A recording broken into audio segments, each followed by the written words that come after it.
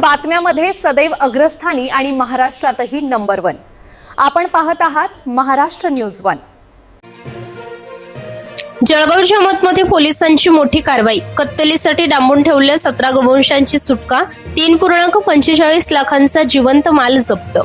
बुलढाणा जिल्ह्यातील जळगाव जामोद शहरात पोलिसांनी मिशन परिवर्तन अंतर्गत मोठी कारवाई करत कत्तलीसाठी निर्दयतेने बांधून ठेवलेल्या 17 जिवंत गोवंश जनावरांची सुटका केली आहे। या कारवाईत तब्बल 3,45,000 रुपयांचा जिवंत गोवंश जप्त करण्यात आलाय।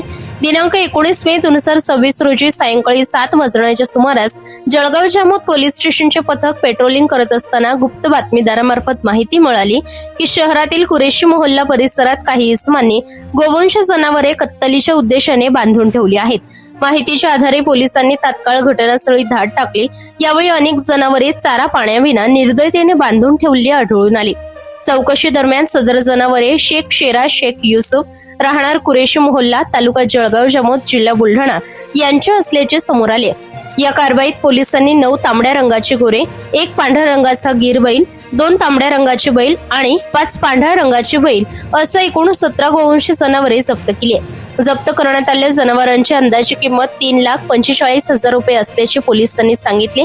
या प्रकरणी आरोपी विरुद्ध जळगाव जामोद पोलीस स्टेशन येथे अपक्रमांक 328/2026 अन्वये महाराष्ट्र प्राणी संरक्षण अधिनियम कलम 5(क) 9(अ) तसेच प्राण्यांचा छळ प्रतिबंध अधिनियम 1960 मधील कलम 11(1)ज अंतर्गत गुन्हा दाखल करण्यात आला असून पुढील तपास सुरू आहे।